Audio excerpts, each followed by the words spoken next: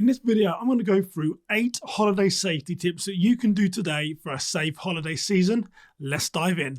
Now, tip number 1 is reviewing our building security. It's important this holiday season that we walk around the exterior of our building, checking parking lots, exterior lighting, replacing any light bulbs that aren't working, checking exterior doors, windows. We might even want to consider reviewing our access control, any automations that we have on, to make sure that we understand when our doors are being opened to a house of worship. Our surveillance system, review and fix those cameras. There's normally 1 or 2 cameras that aren't working on any system. Let's ring our security integrators, make sure that our access control, our surveillance systems are working as we get ready for a safe holiday season.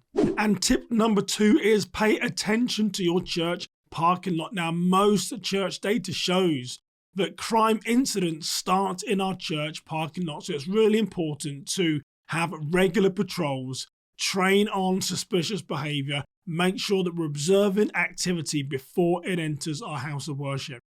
And also in relation to parking lots, what about the weather forecast? I live here in Minnesota in a snow state. Let's make sure that we are paying attention to those sidewalks, clearing snow, allowing good direction and traffic flow, making sure that we have a good flow of vehicles. And what about in those emergencies when our law enforcement, our fire or paramedics might need to come in our church when we are at maximum capacity, making sure we have good flow of vehicles into our church parking lots. And tip number 3 is review security staffing. Now, I get questions from churches across the country. Simon, how do I get my teams more engaged? Well, notify them early. So assess your current security staffing.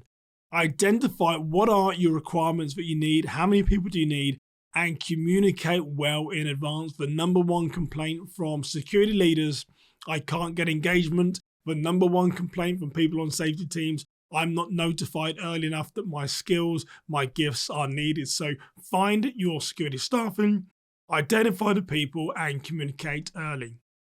And what about their responsibilities? Don't forget to create their post orders and arrange building tours. You will be surprised how many people cannot identify a particular door in your church just because they do not know the number or the reference that it is given. So arrange a building tour in the time we have between now and the holidays. And finally, do not forget to refresh those basic safety team skills: suspicious behavior, conflict de-escalation, medical response, and threat assessment. We still have time to go back and review our team's knowledge. And tip number 4 is emergency operation planning. Knowing your emergency plan can lead to a swift response in a crisis. So we need to communicate the plan far and wide to make sure everyone knows what the plan is. We're going to walk through the emergency procedures with our staff and volunteers to make sure they really understand. No, do you really understand our emergency procedures? We're going to walk through them, and we're going to conduct a basic tabletop or hold a discussion to practice exercising the plan. Not so much testing how we respond, but how do we exercise the plan? Most often, that is where the biggest learning comes in conducting a tabletop, is how do we exercise the plan? And tip number 5 is medical readiness. Now, I go to a lot of churches around the country and I look at their medical equipment, and they have band-aids, they might have ice packs. In today's modern world, we really need things such as tourniquets, stop the bleed. So review your church medical equipment. Do you have the type of items that are needed for today's modern world? Band-aids and ice packs are great, but we need tourniquets, we need stop the bleed. So go online, there's still time. Make sure you have the right resources inside your medical equipment.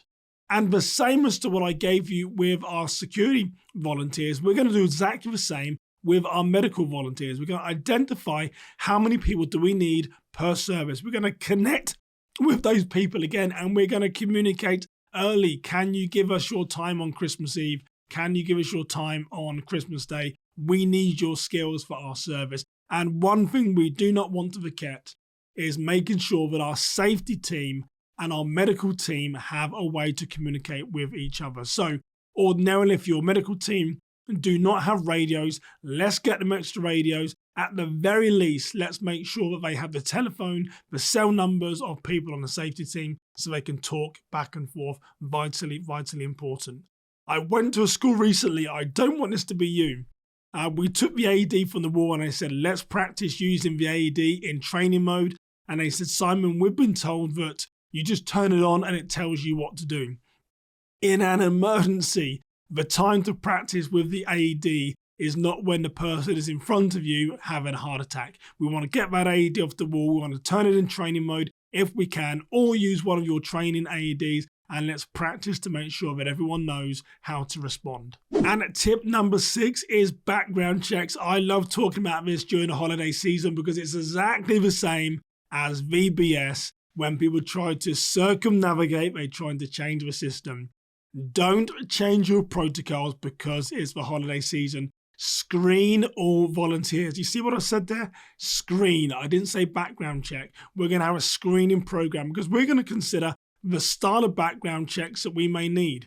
Criminal, sex offender registry. Some may need a credit report, previous employment, reference verification, and get this, if someone's driving one of your church vehicles, how about checking their driving records? I recommend you have a screening program, not a background check. And tip number 7 could be one of the most significant and the easiest and the best bang for your buck, which is prioritizing your prevention. Now, we live in a heightened time with trouble in the Middle East, so speak to your local law enforcement, reach out to them and find out what is going on in your local community. And how about this, reaching out to other local churches, asking what are you doing during the holiday season, and particularly if you reach out to a different faith denomination, they may be holding a service at a different time to your own. So a great thing you can do is share volunteers between your houses of worship. And I really encourage you to actively monitor local, national, and international news. There is so much information out there. There are so many threats. It's crucial that we understand what is going on in our local communities. And to that end, I really encourage you to create basic Google alerts for your church, your leadership, and even do this for you and your family. It's a great way to be notified when key words that you're interested in are used on the internet. So create Google alerts for your church, your leadership, your team, and consider doing it for you and your family. And tip number 8 is plan for a service disruption. We know that Jesus was preaching in a synagogue when a man was deeply disturbed and yelling out. And I say to religious leaders, if it can happen to Jesus in a synagogue, it can happen to you, my friend. So, elements of conflict here as to how we would resolve disruptions within our church. So I really encourage you to talk with your religious leader and say, what is your plan? Most often, not always, but most often they would say, Simon, I'm going to talk to this person, I'm going to unpack it, and we're going to resolve the situation. I say, Pastor, Reverend, Father, Priest, it is unlikely you're going to unpack 20 years of mental illness or this person's hatred towards you, the church, or someone else in a 5-minute conversation. We need to remove them from the area. Most often they'll say, actually, Simon, yeah, you're right. I don't want the entire church sitting there for 30 minutes while I try and talk to this individual. So meet with your leader, ask them what's your plan. Then it gives you opportunity to listen, and then you can say, can we create our own protocol as to how we're going to deal with disruptions from minor disturbances to significant threats? I want to create a protocol. Next, what we're going to do is we're going to educate our staff and volunteers on that response. We're going to tell our ushers, our greeters, our safety team members what it is that we're going to do so they are not surprised when we lay hands on someone to remove them from the church. They are not surprised thinking, but that doesn't seem very Christ-like. They know exactly what we're going to do. They know how to respond. They know to open the doors. They know we're going to get the person away. So we're going to educate. We're then going to train them. And the last thing I advise you to do is have a crisis team on standby. If there is a disturbance and it's mental illness, human brokenness, some type of personal conflict, what better way to be like Christ is to be able to minister to those persons once we've removed them from our worship space. And the last thing I really encourage you to do to make sure we are being preventative rather than responsive is if you have cameras in your house of worship, monitor your surveillance system in real time. Make it interesting. Give someone a radio. Have them watch the screen. Make them be your mini dispatcher, because monitoring your surveillance in real time is going to allow you to see and respond to threats before they escalate to the point of action. So a quick recap there. When we had number 1 was review building security. Number 2, pay attention to your parking lots. Number 3, review security staffing. Number 4, emergency operations planning. Number 5, medical response. Number 6, conduct background checks. Number 7, prioritize prevention. And number 8, plan for a disruptive service. Now, I hope that those words of wisdom have blessed you and your ministry in some way. So for now, you stay safe, you have a great holiday season, and I'll see you next time. My name's Simon Osmo. Thank you for joining me.